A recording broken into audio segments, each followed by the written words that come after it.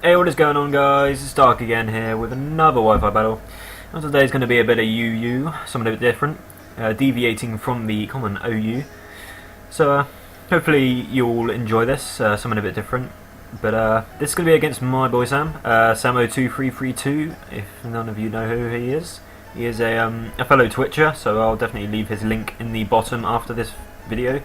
So do be sure to check him out. Go drop him a follow, and the teams. He's bringing a pretty threatening 6. I mean, he's got the Mega Absol, that hard hitter, the Swampert, take up hits, as well as the Florges. I mean, that Toxicroak is a huge threat. Like, I think he needs to get out. The Starmie, which I don't really have much for on my team, to be honest, apart from Rose Raid, which isn't really something. And the Rotom, so definitely a threatening 6 to my 6, as I'm going to be bringing the Rose Raid, Swampert, Mew, the Heracross, the Mega Aerodactyl, and the Lucario. And I've actually been really liking Mew lately.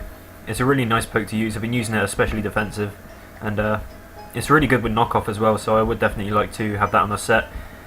But without further ado, let's get into this and see how it went.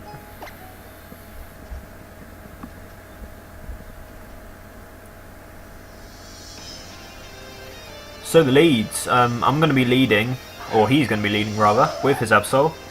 A fairly good lead.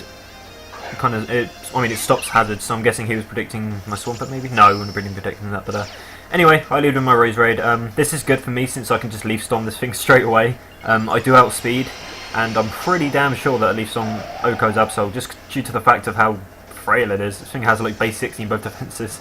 But he actually packs the Protect, so I was quite surprised by that.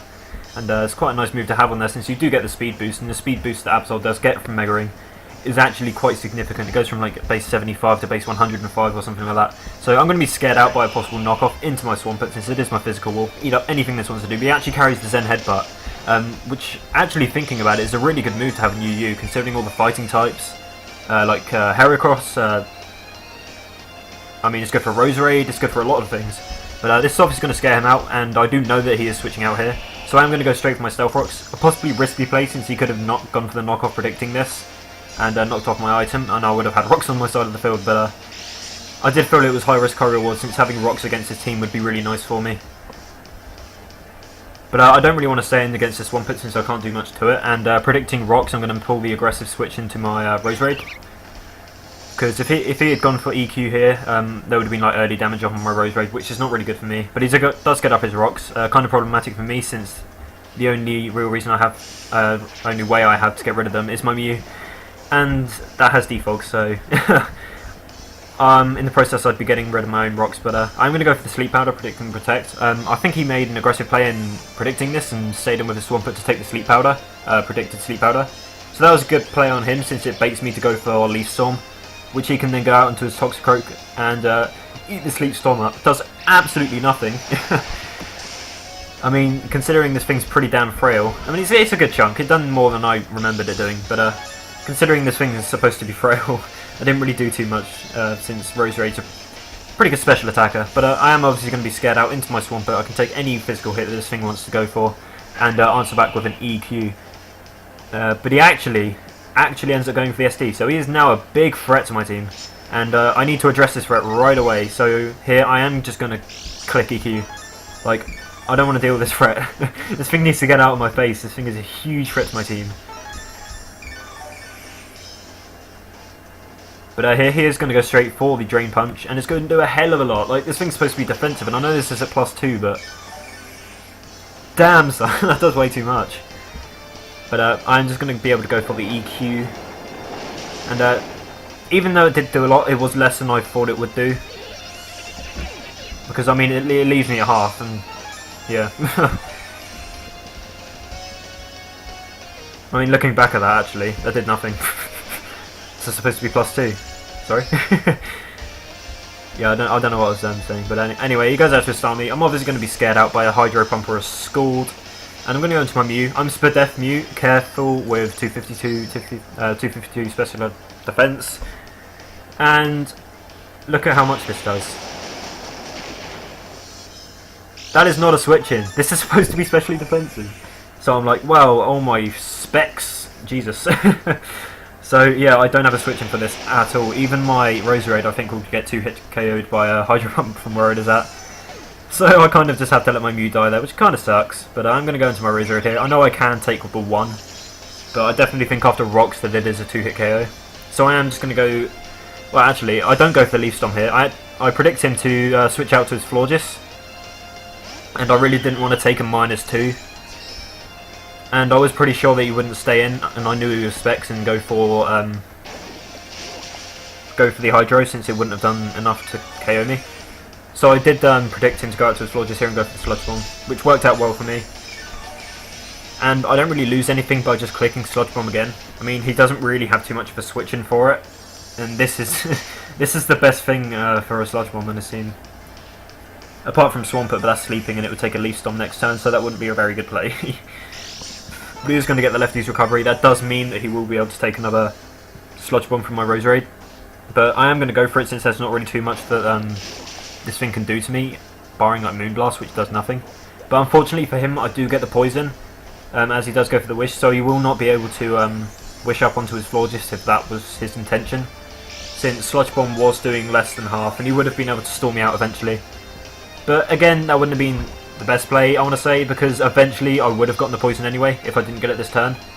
So relying on me not getting a poison for that many turns probably wasn't a very good plan if that was the plan of action, but I'm guessing he was just trying to Bush Push or something, which in the long run doesn't really matter anything too much.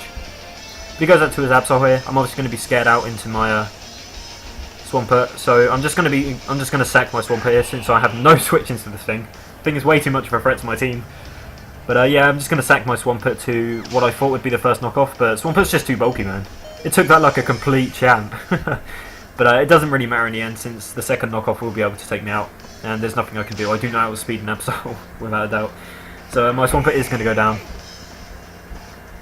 And I'm going to be going to my Heracross since I can threaten anything on his team with a close combat. I mean, it hits anything on his team decently, so I have no reason not to go for it. So I am going to go for it. He does bring out a Swampert, and the close combat does a really nice chunk, as you will see here.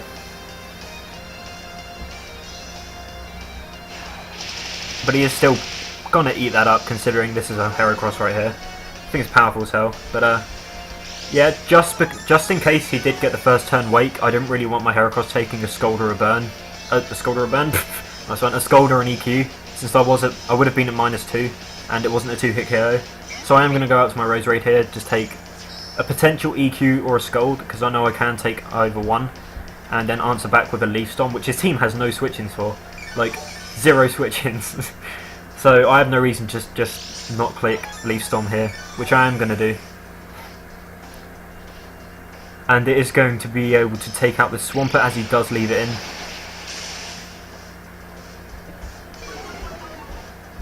Which I'm not sure if that was the best play. I mean, it was asleep, but it now means that he doesn't really have too much for my my Heracross and my Lucario put together. But he is going to go out to his Starmie here. Now that his Swampert and his Florges are dead, I don't really have too much of a reason to keep Roserade around. So I am just going to let it die here, as this gives me the free switch into my Heracross, and I can just click Mega Horn here.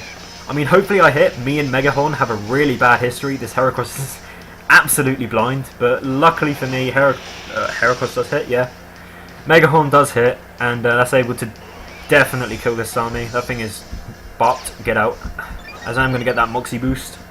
A nice Moxie boost. And here his win condition is basically going for Sucker Punch with his Absol.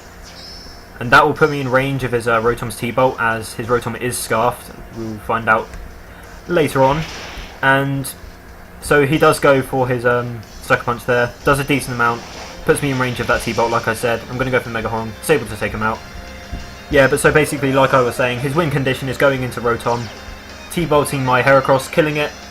And the only two I have left are Lucario and Aerodactyl. And because Thunderbolt's a 2-hit KO on my Lucario, his win condition is going for the T-Bolt on that and getting a power, full power. That way he would be able to take it out next turn, and my Aerodactyl for sure is not going to be taking a T-Bolt from this thing. So if he does get the powerful power here, then he does win, as that is his win condition. but I am just going to go straight for the close combat here, as it will be able to take him out. Unfortunately for me, he does not get a crit or the power, and I'm able to take him out with a close combat. And that's going to be GG's. It was a very close 2-0 battle, really enjoyed it. A lot of fun. And yeah, that's going to be the game. So like I said, go check out Sammo if you haven't done already. I'll leave his Twitch in the description below. And if you enjoyed the video, guys, make sure to leave a like, subscribe, leave a comment down below, let us know how you're feeling. And I'll see you next time, guys. Peace.